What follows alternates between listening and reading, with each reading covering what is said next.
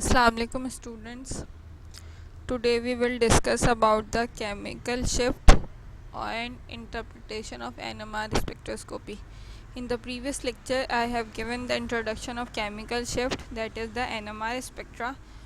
Chemical shifting is the NMR spectra which we get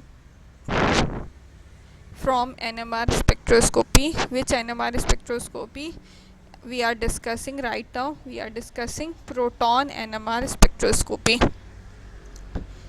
आपके पास proton NMR spectroscopy H1 NMR spectroscopy होती है and then दूसरी type है C13 एनएमआर स्पेक्ट्रोस्कोपी. अभी हम currently proton NMR spectroscopy perform कर रहे हैं, समझ रहे हैं, उसके बारे में पढ़ रहे हैं. हमने अब तक सोफा क्या कवर कर चुके हुए हैं? हमने न्यूक्लियर मैग्नेटिक रेजोनेंस स्पेक्ट्रोस्कोपी का इंट्रोडक्शन कवर कर चुके हुए हैं. क्या है nuclear magnetic resonance spectroscopy? Nuclear spinning होती है, वो टाइनी न्यूक्लियस जो टाइनी मैग्नेट के तौर पे एक्ट करता है. कब? जब उसका कुछ ना कुछ स्पिन क्वांटम नंबर होता है. स्पिन क्वांटम नंबर क्या होना चाहिए? ज़्यादा, ज़ीरो से कम ज़्यादा होना चाहिए, फिर वो टाइनी मैग्नेट के तौर पे एक्ट करता है. अदरवाइज़ वो एनएमआर कंपाउंड इनएक्टिव होते हैं जिनका स्पिन नंबर ज़ीरो से ज़्यादा ना हो, यानी कि ज़ीरो हो. टाइनी मैग्नेट के तौर पे एक्ट करेंगे, आप उनका एक्सटर्नल मैग्नेटिक फील्ड अप्लाई करेंगे, वो अलाइन कर लेंगे उस स्पेयर से. फिर आप रेडियो फ्रिक्वेंसी उसको प्रोवाइड करते हैं, वो टर्न करता है अल्फा स्पिन से बीटा स्पिन पे. उस स्पिनिंग में आपके पास रेजोनेंस क्रिएट होती है. वो जो स्पिनिंग है उसको मॉनिटर करते हुए, वो रेजोनेंस को से मॉनिटर करते हुए आपको केमिकल शिफ्ट ग्राफ मिलता है. ये एक बेसिक मैकेनिज़्म है एनएमआर स्पेक्ट्रोस्कोपी का. अब डिफरेंट हमने डिस्कस किया था लास्ट लेक्चर में कि हैं तो प्रोटॉन ही, तो उनकी अलग अलग पीक्स क्यों आ रही हैं? वो अलग अलग पीक्स इसलिए आ रही हैं क्योंकि उनका इन्वायरमेंट डिफरेंट है. हमने क्या पढ़ा? हमने पढ़ा मॉलिक्यूल को क्या करते हैं. Molecule is placed with in the external magnetic field and the electron present outside the nucleus produce the secondary magnetic field. अब ये क्या चीज़ है? ये शील्डेड और डीशील्डेड इफेक्ट इसकी वजह से आता है. जो केमिकल इन्वायरमेंट है, जो सारे प्रोटॉन है लेकिन डिफरेंट पोजीशंस पे पीक दे रहे हैं, वो किस वजह से आ रहा है? वो ये जो इलेक्ट्रॉन्स प्रेजेंट है outside the nucleus produce the secondary magnetic field. अब वो सेकेंडरी मैग्नेटिक फील्ड क्या होती है? आइदर रीइंफोर्स करती है और अपोज करती है primary magnetic field. Primary magnetic field क्या है? वो एक्सटर्नल मैग्नेटिक फील्ड जो आप अप्लाई कर रहे हैं. तो ये जो सेकेंडरी मैग्नेटिक फील्ड क्रिएट हो रही है due to the surroundings of nucleus. Surrounding में क्या है? प्रोटॉन्स मौजूद हैं. उनकी वजह से आपके पास क्या हो रहा है? जो ये प्राइमरी मैग्नेटिक फील्ड को वो या तो रीइंफोर्स करिए, यानी कि उसी डायरेक्शन में है सेकेंडरी मैग्नेटिक फील्ड, या अपोज कर रही है रिवर्स डायरेक्शन में, जिसकी वजह से जो टोटल मैग्नेटिक फील्ड फील करेगा वो न्यूक्लियस, वो या तो बड़ी हुई होगी या कम होगी. सेकेंडरी मैग्नेटिक फील्ड अगर अपोज करती है प्राइमरी मैग्नेटिक फील्ड को, यानी कि उसकी डायरेक्शन डिफरेंट डायरेक्शन में है, तो उसकी वजह से क्या होता है? शील्डेड इफेक्ट आता है. शील्डेड इफेक्ट मतलब अपोज करने की वजह से वो कंप्लीट 180 यानी कि कंप्लीट पैरेलल पोजीशन नहीं ले पाती. कंप्लीट पैरेलल पोजीशन नहीं ले पाएगी तो वापस जो उसने रिवर्स टर्न करना है 180 डिग्री करना है, फ्लिपिंग ऑफ जो उसका है उसमें लेस आपको रेडियो फ्रीक्वेंसी रिक्वायर्ड है. तो उसकी वजह से क्या होता है? शील्डेड इफेक्ट आता है. शील्डेड इफेक्ट की वजह से केमिकल शिफ्ट कहाँ पे आएगा? ज़ीरो साइड पर आएगा. अगर आप प्रीवियस स्लाइड देखें तो ये क्या है? ये शील्डेड इन्वायरमेंट है. ज़ीरो साइड पे अगर आपकी पीक आ रही है, कब? जब आपका जो सेकेंडरी मैग्नेटिक फील्ड अप्लाई करी है वो अपोज कर रही है, उसकी वजह से शील्डेड इफेक्ट आ रहा है.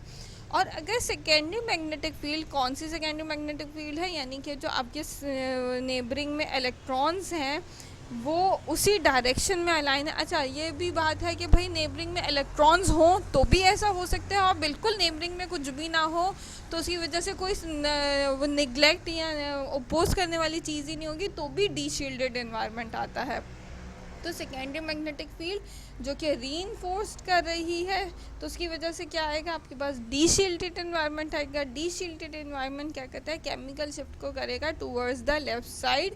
अगर आप प्रीवियस स्लाइड पे देखें तो ये क्या है, डीशिल्टेड एनवायरनमेंट है, लेफ्ट साइड पे जा रहा है, हाई फ्रीक्वेंसी है, हाई केमिकल शिफ्ट है, और इस एरिया को डाउन फील्ड कहते हैं। ये जो शिफ्टिंग है, shifting of peaks towards the up field और डाउन फील्ड, ये क्या कहलाता है, ये केमिकल शिफ्ट कहलाता है। Up field and down field shifting is known as chemical shift. Different chemical environment, different chemical shift. Different chemical environment कैसे है वो हमने लास्ट टाइम पे थोड़ा उसका डिस्कशन कर चुके हुए हैं कि डिफरेंट केमिकल एनवायरनमेंट मींस आपके पास उसकी जो आसपास का जो इलेक्ट्रॉनिक एनवायरनमेंट है, जो केमिकल एनवायरनमेंट है, उन इलेक्ट्रॉन्स की वजह से जो वो सेकेंडरी मैग्नेटिक फील्ड हर डिफरेंट टाइप्स की प्रोड्यूस हो रही है, उसकी वजह से डिफरेंट सिग्नल्स आपको मिलेंगे एक ही स्ट्रक्चर में प्रोटॉन्स की ही वजह से।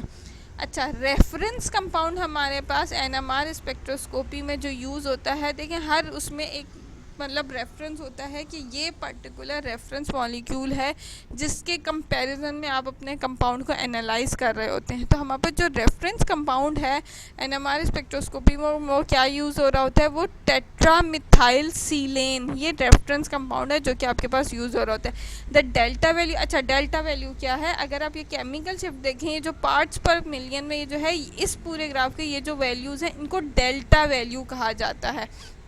इस वजह से the delta value for the TMS is 0 because it is highly shielded. क्यों हाईली शील्डेड है, क्योंकि shielded of TMS is higher than any other organic compound. It is highly miscible and volatile so that can easily be removed and can not take part in any chemical reaction. अब ये आपने वो उसमें हमने पढ़ा था solvent के भी पैरामीटर्स थे, और रेफरेंस कंपाउंड आप यूज़ करें तो ऐसा नहीं होना चाहिए कि रेफरेंस कंपाउंड खुद ही आपका इंटरेक्शन देना शुरू कर दे। तो इस वजह से वो हाईली वॉलेटाइल है, मिसेबल है, इजीली मिसेबल हो जाते हैं। सारे ऑर्गेनिक कंपाउंड में वॉलेटाइल है, एवापोरेट भी बहुत जल्दी हो जाता है और केमिकली रिएक्ट नहीं करता, और वो हाईली शील्डेड होता है। तो 0 पे सिग्नल उसका आता है। हाईली शील्डेड क्यों है, अगर मैं आपको इसका स्ट्रक्चर दिखाऊं तो आप ये देखें, सीलेन है, उसके बाद ये जो कार्बन है, इस सारे इसकी वजह से शील्डेड इफेक्ट क्या आ रहा है। सीलेन क्या होता है, सिलीनियम, ये आपके पास सेंट्रल मॉलिक्यूल, सेंट्रल एटम है, उससे क्या अटैच है, टेट्रामिथाइल सीलेन इसका स्ट्रक्चर का नाम है। क्या है, हाईली शील्डेड है क्योंकि ये जो आपके पास है प्रोटॉन के नेबरिंग में जो कार्बन है इसके भी 6 इलेक्ट्रॉन इधर होंगे, इसके 6 इलेक्ट्रॉन, क्योंकि यहाँ पे कोई इलेक्ट्रॉन विड्रॉइंग ग्रुप अटैच नहीं है कि इसके इलेक्ट्रॉन्स इस साइड को आएंगे, जिसकी वजह से ये हाईली शील्डेड होता है। तो हाईली शील्डेड होने की वजह से यानी कि इलेक्ट्रॉनिक क्लाउड बहुत ज़्यादा है इन सारे प्रोटॉन्स पे, तो आपके पास ये TMS का सिग्नल 0 पे आता है। अच्छा देखिए, हाँ इसमें कितने प्रोटॉन्स मौजूद हैं, 3, 6, 9, 12 प्रोटॉन है, लेकिन इसकी सिंगल एक पीक आएगी 0 पे। क्यों, क्योंकि ये सारे इक्वलेंट प्रोटॉन है। 9 प्रोटॉन का सेट है इक्वलेंट का, equivalent proton set of 9 protons. Equivalent proton का सेट है 9 प्रोटॉन्स पे कंप्राइज करता हुआ। 9 प्रोटॉन मौजूद हैं एक कंपाउंड में, लेकिन वो सिंगल पीक दे रहे हैं क्योंकि वो हर तरह से केमिकली इक्वलेंट है, इस वजह से वो सिंगल पीक देते हैं।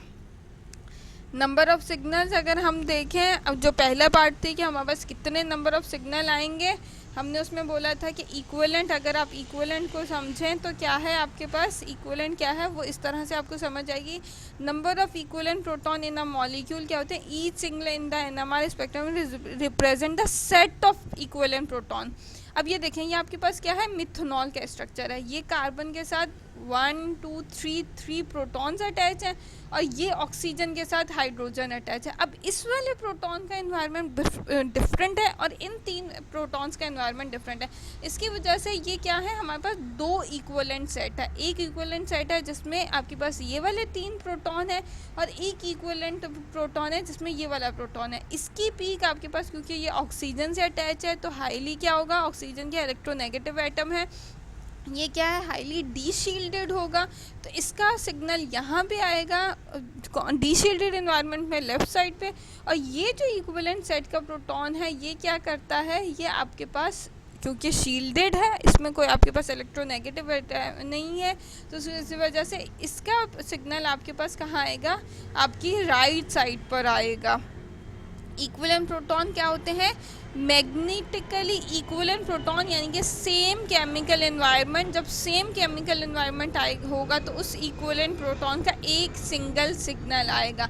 जैसे कि ये 3 प्रोटॉन्स थे, ये क्या थे, 3 प्रोटॉन का एक इक्विवेलेंट सेट, जिसकी वजह से आपके पास क्या आया, ये क्या थे, ये हाईली डीशील्ड नहीं हाईली शील्डेड थे,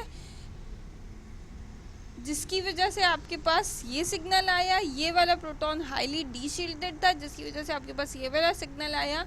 तो ये आपके पास इक्विवेलेंट सेट का वो है। अगर आप इक्विवेलेंट सेट को हम डिटेल में देखें तो ये आपके पास, ये मैंने स्लाइड ली है आपकी जो ब्राउन एंड फोटे है उसी के बुक का पैराग्राफ है। इक्विवेलेंट हाइड्रोजन का अगर हम देखें, given the structure formula of a compound how do we know how many signal do expect in proton NMR spectrum. ये आपका सवाल है कि कितने सिग्नल आएंगे आपके स्पेक्ट्रम में कंपाउंड को देखते हुए। तो आपका आंसर क्या है, the answer is that equivalent hydrogen give the same proton NMR signal, non equivalent hydrogen are given different proton NMR signal. Equivalent hydrogen क्या होते हैं, have the same chemical environment, hydrogen atom are equivalent in the same chemical environment if either of 2 following condition exist. ये 2 following conditions हैं, अगर ये following condition exist करती हैं तो आपका वो प्रोटॉन का सेट इक्विवेलेंट कहलाता है। फर्स्ट कंडीशन क्या है, they are bonded to the same sp3 hybridized carbon atom and that carbon atom can rotate freely at room temperature. The rapid bond rotation mean that on average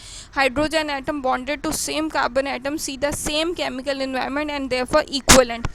क्या है, वो same हिब्रिडाइज, यानी कि either वो sp3 से है, sp2 से है, sp से है, जिससे भी हैं वो सब के सब प्रोटॉन, अगर फॉर एग्जांपल 3 प्रोटॉन है, 4 प्रोटॉन है, 6 प्रोटॉन है, अगर वो सेम हिब्रिडाइज कार्बन से अटैच हैं तो वो एक इक्विवेलेंट हाइड्रोजन का सेट कहलाएगा। For example all 3 hydrogen atom on free rotating CH3 groups are equivalent and both hydrogen atom on free rotating CH2 groups are usually equivalent. अब क्या है, ये जो है CH3 का set of 6 equivalent methyl hydrogen, ये क्या है CH3 दोनों तरफ से कहाँ है, क्या है, sp3 हिब्रिडाइज कार्बन से अटैच है। तो ये क्या है, अ set of 6 equivalent methyl hydrogen, ये दोनों तरफ से क्या है, इक्विवेलेंट हो रहे हैं। अब दूसरी कंडीशन क्या है हमारे पास, they are related by symmetry namely a plane और point of symmetry in a molecule. अब ये बात क्या आ रही है, अब देखें ये भी तो प्रोटॉन था,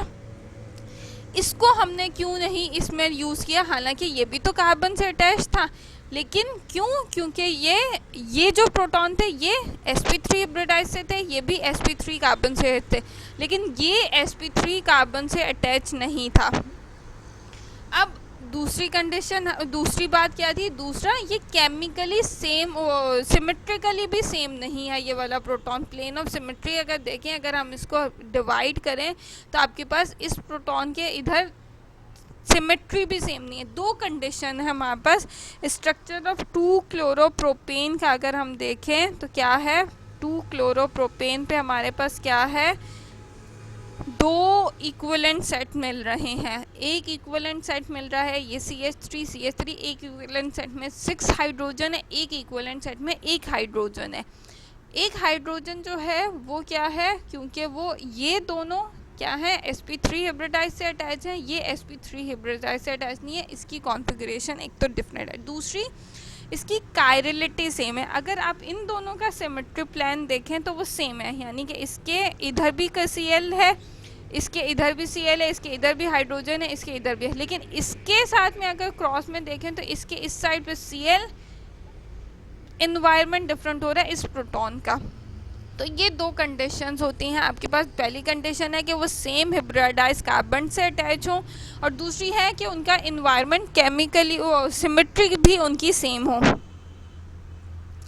For example, in the 2-chloropropane molecule, all 6 methyl group hydrogen atom are equivalent. The methyl group are free rotating and they are related by plane of symmetry. Figure 13.6 में शो है a convenient way to determine whether hydrogen atom are equivalent is to use the replacement test. In your mind, replace each of hydrogen atom in question with the test atom chlorine. If in each case the same molecule is produced through the replacement, then the original hydrogen atom are equivalent. एक technique है हमारे पास कि किस तरह से आप इन सबको replace करें. कैसे रिप्लेस करें? In your mind replace each of hydrogen atom in question with the test item. क्या करेंगे कि इस वाले हाइड्रोजन को रिप्लेस करें, इस वाले हाइड्रोजन को रिप्लेस करें. अगर आपके पास सेम ही मॉलिक्यूल आपको मिल रहा है आंसर में, फॉर एग्जांपल अगर हम इस वाले हाइड्रोजन को रिप्लेस करते हैं क्लोरीन से, तो आपके पास क्या आ रहा है, क्या हो जाएगा? अभी क्या है, 2-क्लोरोप्रोपेन हो जाएगा, फिर 2,2-डाइक्लोरोप्रोपेन हो जाएगा. तो डिफरेंट मॉलिक्यूल हो गया. इस वाले हाइड्रोजन को अगर हम रिप्लेस करते हैं, यहाँ पे 3 हाइड्रोजन है, एक बारी बारी करके रिप्लेस करें आप. CH3 वो हाइड्रोजन, इसको ही आप रिप्लेस करते हैं, सॉरी 3 प्रोटॉन है लेकिन सेम sp3 से हाइब्रिडाइज है. तो अगर एक हाइड्रोजन को रिप्लेस करके इसको बनाते हैं तो क्या होगा, 1,2-डाइक्लोरोप्रोपेन बनेगा. और अगर इधर से भी आप इसको रिप्लेस करके क्लोरीन अटैच करते हैं तो भी क्या बनेगा, 1,2-डाइक्लोरोप्रोपेन ही बनेगा. तो अगर दोनों को रिप्लेस करने पे सेम आपको रिजल्ट मिल रहा है तो ये इक्वलेंट है, लेकिन इसको रिप्लेस करने पे आपके पास सेम रिजल्ट नहीं मिल रहा, वही मॉलिक्यूल नहीं मिल रहा. आपके पास क्या हो रहा है, इस वाले हाइड्रोजन को अगर आप रिप्लेस करें और इस वाले से, तो क्या हो रहा है, यहाँ पे तो मिल रहा था 1,2-डाइक्लोरो मिल रहा था, लेकिन यहाँ पे 2,2-डाइक्लोरो. तो डिफरेंट मॉलिक्यूल बना. तो डिफरेंट मॉलिक्यूल बनने की वजह से आपके पास क्या हुआ, ये डिफरेंट सेट है. ये एक टेक्निक है कि आपके पास इस तरह से आप इक्विवेलेंट सेट को मालूम कर सकते हैं. क्या बात समझाई मैंने कहा कि एक टेक्निक है कि आप जितने भी प्रोटॉन हैं उनको रिप्लेस करें किसी भी हैलाइड मॉलिक्यूल से और उनके नाम दिमाग में रखें. अगर इस वाले प्रोटॉन को आप रिप्लेस करते हैं क्लोरीन से, तो आपके पास क्या स्ट्रक्चर बनेगा, 1,2-डाइक्लोरोप्रोपेन बनेगा. इस वाले प्रोटॉन को रिप्लेस करते हैं तो भी क्या बनेगा, 1,2-डाइक्लोरोप्रोपेन ही बनेगा. तो यानी कि ये दोनों तो इक्वलेंट हुए. अगर इस वाले प्रोटॉन को हम रिप्लेस करते हैं तो हमें 1,2-डाइक्लोरोप्रोपेन नहीं मिलता, हमें मिलता है 2,2-डाइक्लोरोप्रोपेन, जिसकी वजह से है क्या हो गया, ये एक डिफरेंट सेट है. आपको ये जो 2-क्लोरोप्रोपेन में आपको जो पीक मिलेंगी, 2 पीक्स मिलेंगी. एक पीक इक्विवेलेंट होगी 6 प्रोटॉन के, एक पीक इक्विवेलेंट होगी सिंगल प्रोटॉन के. अब कौन से शील्डेड एनवायरनमेंट में आएगा, डी शील्डेड एनवायरनमेंट में आएगा, ये हम नेक्स्ट लेटर ऑन डिस्कस करते हैं. अभी इक्विवेलेंट सेट को समझें. क्या है इक्विवेलेंट सेट? वो केमिकली हर तरह से इक्विवेलेंट हो. Chemically equivalent means same hybridize carbon से अटैच हो. दूसरी सिमेट्री भी सेम हो, यानी कि they are related by symmetry, namely a plane और point of symmetry in a molecule. यानी कि वो उनकी अगर सिमेट्री में, अगर वहाँ पे आप फॉर एग्जांपल आप रिप्लेसमेंट करते हैं किसी उससे, तो वहाँ पे डिफरेंट स्ट्रक्चर ना जनरेट हो, सेम स्ट्रक्चर जनरेट होगा तो वो इक्विवेलेंट हाइड्रोजन होगा. और अगर डिफरेंट स्ट्रक्चर जनरेट होता है तो वो नॉन इक्विवेलेंट हाइड्रोजन होगा. जैसे कि आपको इस एग्जाम्पल में हुआ, इस प्रोटॉन को रिप्लेस किया तो 1,2-डाइक्लोरोप्रोपेन मिला, इस प्रोटॉन को रिप्लेस किया तो 2,2-डाइक्लोरोप्रोपेन मिला. यानी कि ये डिफरेंट सेट है और ये 3 मिला के एक सेट है. एग्जाम्पल हम देख लेते हैं. State the number of type of equivalent hydrogen in each compound and the number of hydrogen in each set. कितने नंबर ऑफ इक्विवेलेंट हाइड्रोजन का सेट होगा और एक सेट में कितने हाइड्रोजन्स होंगे. अब आपके पास ये पहली क्या है, 2-मिथाइल प्रोपेन का स्ट्रक्चर है.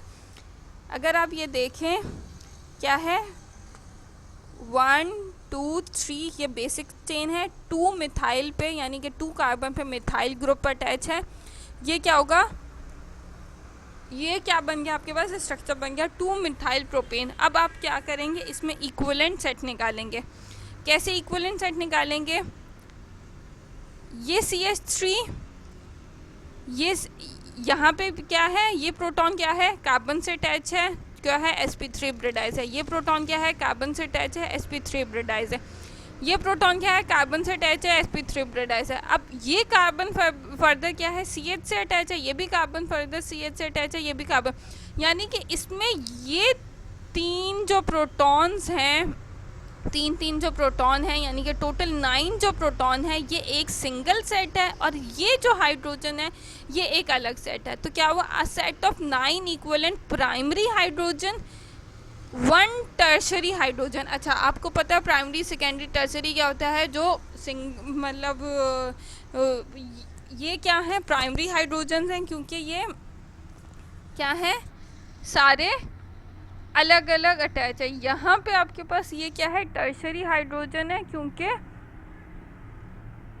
एक मिनट, हाँ, ये क्या है आपके पास, ये टर्शरी हाइड्रोजन है, ये क्या है, ये प्राइमरी हाइड्रोजन है।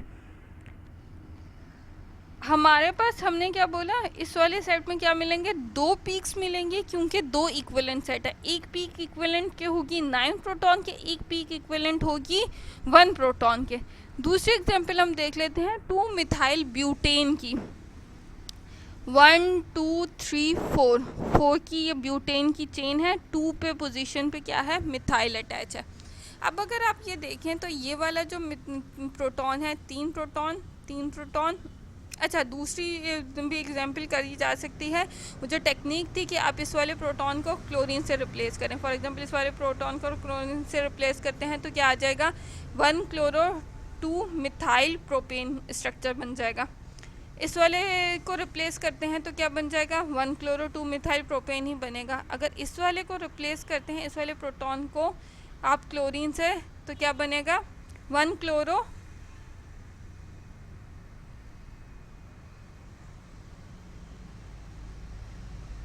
एक मिनट, इस वाले प्रोटॉन का रिप्लेस करते हैं तो भी क्या बनेगा, तो फिर ये ऐसे हो जाएगा, 1 2 3 कार्बन हो जाएंगे, तो 1 क्लोरो 2 मिथाइल प्रोपेन। तो ये इस तरह से चयन हो जाएगी, या इस तरह को घुमा लें तो भी हो जाएगा 1 क्लोरो 2 मिथाइल प्रोपेन। तो ये तीनों प्रोटॉन के जो सेट्स हैं, यानी कि 9 इक्विवेलेंट प्रोटॉन होंगे। और ये अगर इस वाले को आप रिप्लेस करते हैं प्रोटॉन को, तो ये क्या हो जाएगा, इस वाले क्लोरो को रिप्लेस करते हैं तो क्या हो जाएगा, 2 क्लोरो 2 मिथाइल क्लोरो प्रोपेन हो जाएगा। फिर क्या हो जाएगा, यानी कि ये 2 मिथाइल क्लोरो या 2 क्लोरो मिथाइल प्रोपेन, इस तरह से। तो ये डिफरेंट एक मॉलिक्यूल जनरेट हो रहा है, जिसकी वजह से ये जो टेक्निक है इक्विवेलेंट सेट की मालूम करने की, उस टेक्निक से भी आप इसको फाइंड आउट कर सकते हैं। अच्छा, इस वाली सिचुएशन में आपके पास क्या हो रहा है, आपके पास क्या है, ब्यूटेन की बेसिक चेन है 1 2 3 4 कार्बन की, क्या है, 2 मिथाइल ब्यूटेन, यानी कि 2 कार्बन पे मिथाइल ग्रुप अटैच है। अब इक्विवेलेंट इसमें सबसे पहले तो आप आइडेंटिफाई करें प्रोटॉन कौन कौन से, ये प्रोटॉन है, ये प्रोटॉन है, ये प्रोटॉन है, ये प्रोटॉन है, ये प्रोटॉन है। तो क्या होगा, अब ये वाला जो प्रोटॉन है और ये वाले प्रोटॉन है, ये दोनों किससे अटैच हैं, CH से अटैच हैं। सॉरी, ये प्रोटॉन क्या है, कार्बन से अटैच है, ये भी प्रोटॉन क्या है, कार्बन से अटैच है, जो कि क्या है, दोनों sp3 हिब्रिडाइज हैं। देन ये फर्दर क्या है, CH से अटैच है। अब क्या हो रहा है, इसकी वजह से क्या हो रहा है, और ये CH क्या है, फर्दर CH2 से अटैच है। तो ये प्रोटॉन का सेट, ये प्रोटॉन का सेट सेम होगा, ये प्रोटॉन का अलग होगा, क्योंकि ये एक तरफ कार्बन मिथाइल से अटैच है, एक तरफ कार्बन CH2 से अटैच है, और ये इसका सेट अलग होगा, इसका सेट अलग होगा। अब अगर वो टेक्निक अगर हम यूज़ करें, उससे भी हक करें, तो इस वाले प्रोटॉन का आप रिप्लेस करें, इस वाले प्रोटॉन को रिप्लेस करते हैं तो क्या बन जाएगा, 1 क्लोरो 3 मिथाइल ब्यूटेन बन जाएगा। इस वाले को रिप्लेस करते हैं तो 2 क्लोरो 3 मिथाइल ब्यूटेन बन जाएगा। इस वाले प्रोटॉन को रिप्लेस करते हैं तो आपके पास बन जाएगा 2 क्लोरो मिथाइल ब्यूटेन बन जाएगा। इस वाले प्रोटॉन को रिप्लेस करते हैं तो 1 क्लोरो 2 मिथाइल ब्यूटेन बन जाएगा। इस वाले को रिप्लेस करते हैं तो 1 क्लोरो 2 मिथाइल ब्यूटेन इस तरह से बन जाएगा। तो जस्ट इस वाली दो सिचुएशन में आपके पास सेम कंपाउंड मिल रहे हैं, तो इस वजह से क्या है, इसको भी रिप्लेस करते हैं तो क्या बनता है 1 क्लोरो 2 मिथाइल ब्यूटेन बनता है, और इसको भी रिप्लेस करते हैं तो क्या बनेगा 1 क्लोरो 2 मिथाइल ब्यूटेन, क्योंकि फिर चेन इस तरह को चलेगी, ये मिथाइल ब्रांच चेन हो जाएगी आपके पास।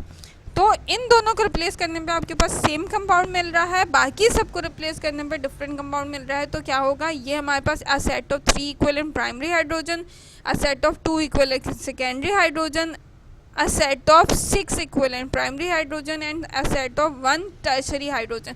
तो इस वाले सिचुएशन में हमें कितनी पीक्स मिलेंगी, 4 पीक्स मिलेगी। एक पीक में 6 हाइड्रोजन के इक्विवेलेंट होगी, एक पीक 1 हाइड्रोजन के, एक पीक 2 हाइड्रोजन के, एक पीक 3 हाइड्रोजन के। तो इस वाली सिचुएशन में आपके पास 4 पीक्स मिलेंगी। बेसिक टेक्निक को दिमाग में रखते हुए अगर आप करेंगे तो आपको आइडेंटिफाई हो जाता है इजीली कि कितने इक्विवेलेंट हाइड्रोजन इसमें मौजूद हैं। क्या करें, हर प्रोटॉन को रिप्लेस करते जाएं एक क्लोरो से या किसी भी हेलाइड मॉलिक्यूल से आप रिप्लेस करें और देखें क्या फाइनल आपके पास स्ट्रक्चर आ रहा है। जहाँ पे सेम स्ट्रक्चर आएगा वो इक्विवेलेंट होगा, जहाँ पे डिफरेंट स्ट्रक्चर आएंगे वो नॉन इक्विवेलेंट सेट्स होंगे। आई होप कि इक्विवेलेंट सेट वाली ये सिचुएशन आपको इजीली क्लियर हो गई होगी। मैं कुछ इससे रिलेटेड एग्जांपल्स आपसे डिस्कस कर लेती हूँ। Here are 4 organic compounds each of which has 1 set of equivalent hydrogen and give 1 signal in its proton NMR spectrum.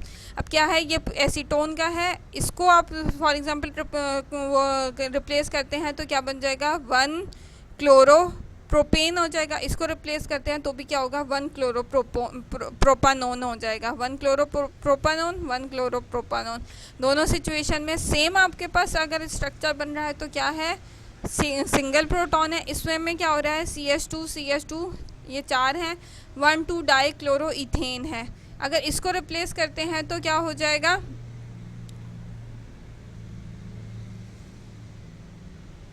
1,2 die chloro है, तो 1 इस पे ब्रोमो अटैच कर लें दिमाग में करने के लिए, तो 1 क्लोरो ब्रोमो 2 क्लोरो इथेन हो जाएगा। और इसको भी रिप्लेस करें तो क्या होगा 1 क्लोरो ब्रोमो 2 इथेन हो जाएगा। तो इस वजह से दोनों में सेम स्ट्रक्चर आ रहा है, तो क्या है 1 इक्विवेलेंट सेट है। साइक्लोप्रोपेंटीन, इसमें भी क्या होगा, जहाँ पे भी आप रिप्लेस करेंगे सेम ही आएगा। 2,3 डाईमिथाइल 2 ब्यूटीन, इसमें भी जहाँ पे भी आप यहाँ पे फॉर एग्जांपल क्लोरो रिप्लेस करते हैं तो क्या हो जाएगा 1 क्लोरो 2,3 डाईमिथाइल ब्यूट, ये मतलब चारों तरफ से क्या है, इसको रिप्लेस करते हैं फॉर एग्जांपल तो क्या हो जाएगा स्ट्रक्चर 1 क्लोरो 1 2 3 ब्यूटीन की चेन है ना, 2,3 डाईमिथाइल 2 3 2 और 3 पे डाईमिथाइल और 2 ब्यूटीन है, यानी कि सेकंड उस पर 1 2 3 4 ये चेन चल रही है। तो ये 2 और 3 पे डाईमिथाइल ब्यूटीन है। फॉर एग्जांपल इस प्रोटॉन को रिप्लेस करती हूँ तो क्या हो जाएगा 1 क्लोरो 2 3 डाईमिथाइल 2 ब्यूटीन ही आ जाएगा। इसको रिप्लेस करती हूँ तो भी ऐसे ही आएगा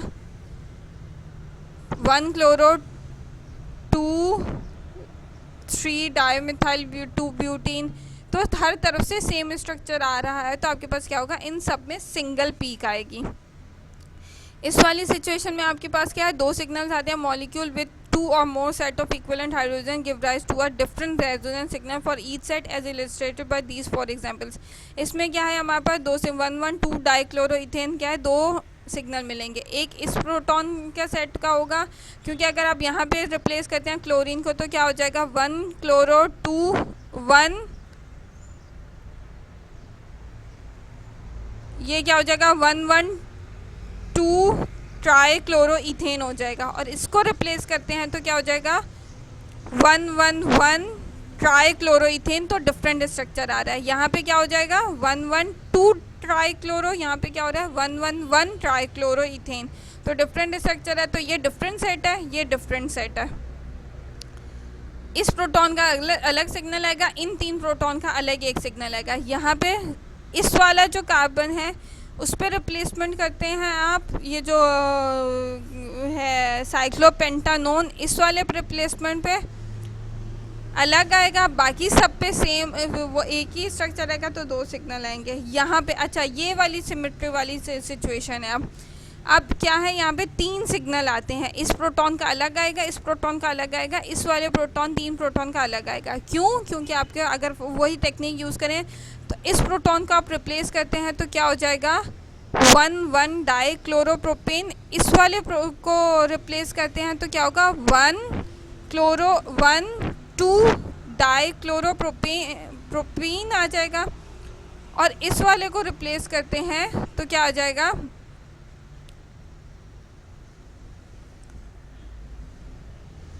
1,2 क्लोरोप्रोपीन आएगा। इसमें क्या हुआ, हमें पास इसको रिप्लेस किया तो क्या आया 1,1 डाइक्लोरो, इसको रिप्लेस किया तो 1,2 क्लोरोप्रोपीन हो गया।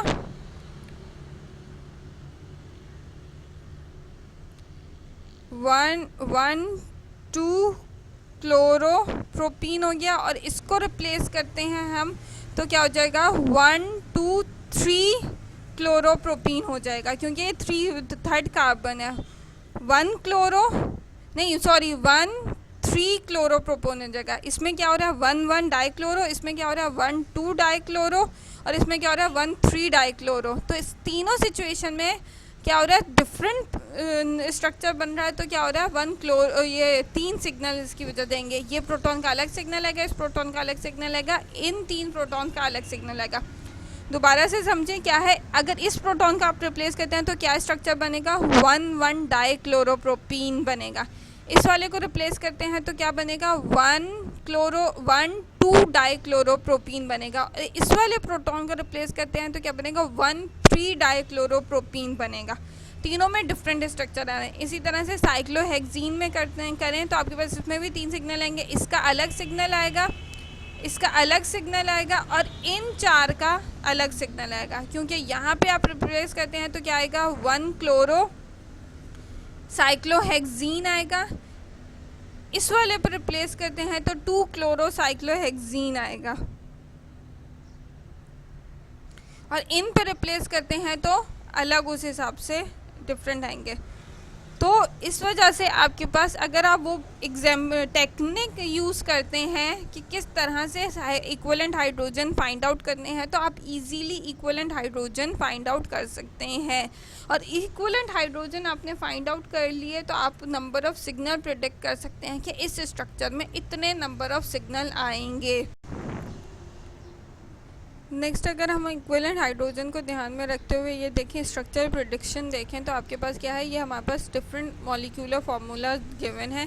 क्या है, एग्जांपल है each compound give only 1 signal in it's NMR spectrum, यानी कि इन सारे मॉलिक्यूलर फार्मूलाज के आपके पास सिंगल सिग्नल आ रहा है प्रोटॉन NMR में। तो propose a structural formula for each compound. अब सिंगल सिग्नल आ रहा है, 1 सिग्नल आ रहा है, इसका मतलब है सब में इक्विवेलेंट प्रोटॉन मौजूद है, यानी कि एक इक्विवेलेंट सेट मौजूद है जिसमें इतने नंबर ऑफ प्रोटॉन, यानी कि 6 प्रोटॉन का एक सेट होगा, 6 प्रोटॉन का एक सेट होगा, 12 प्रोटॉन का सेट होगा, 6 प्रोटॉन का सेट होगा। तो इस तरह का स्ट्रक्चर होगा कि वो केमिकली उसका सारा तरफ से एनवायरनमेंट और सिमेट्रिकली भी वो सेम होगा। तो अगर ये फर्स्ट मॉलिक्यूलर फार्मूला को देखें तो C2H6O है, तो क्या है C2, सबसे पहले आप कार्बन ड्रॉ करें, O से ऑक्सीजन है तो ज़्यादा बीच में आएगा, तो C2H6, तो CH3 तीनों दोनों तरफ से क्या हो रहा है, इक्विवेलेंट हो रहा है आपके पास। क्योंकि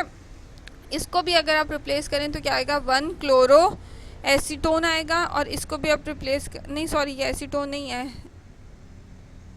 ईथर है, हाँ ईथर है ना, 1 क्लोरो ईथर होगा। और अगर इस तरफ से भी आप रिप्लेस करें तो 1 क्लोरो ईथर ही इसका नाम बनेगा। तो ये दोनों तरफ से इक्विवेलेंट है।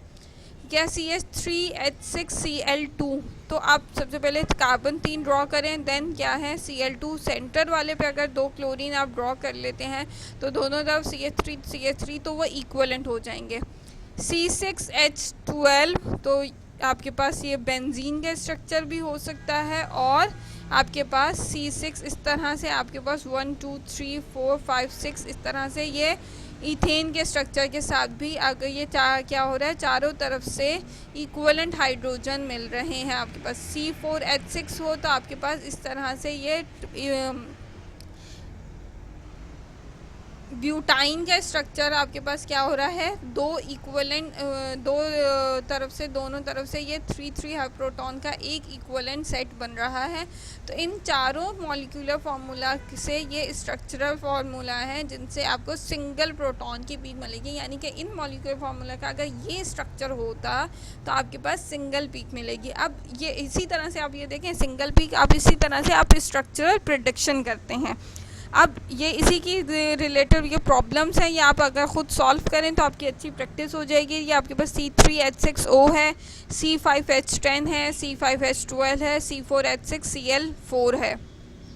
तो आप इस तरह का इनका स्ट्रक्चर फॉर्मूला ड्रॉ करें कि इनमें एक सिंगल सिग्नल ही मिले, यानी कि वो हर तरफ से वो प्रोटॉन इक्वलेंट सेट बनाता हो।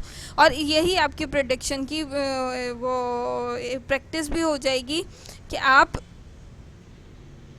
ईजीली NMR स्पेक्ट्रा को फर्दर सॉल्व कर सकेंगे। आई होप आपको ये इक्विवेलेंस वाला टॉपिक अच्छे से क्लियर हो गया होगा। नहीं तो आप ब्राउन और फोटे की एग्जाम्पल क्लियर तो इंशाल्लाह हो गया होगा। प्रैक्टिस के लिए आप ब्राउन और फोटे की बुक में भी आपके पास मल्टीपल स्ट्रक्चर्स मौजूद हैं जिसमें आपने इक्विवेलेंट सेट को प्रेडिक्ट करना है और उसमें फिर उनकी प्रॉब्लम सॉल्व भी हुई है, तो आप अपने आप को वेरीफाई भी कर सकते हैं, तो आप उससे अपनी फर्दर प्रैक्टिस भी कर सकते हैं। Thank you very much, that's all for today.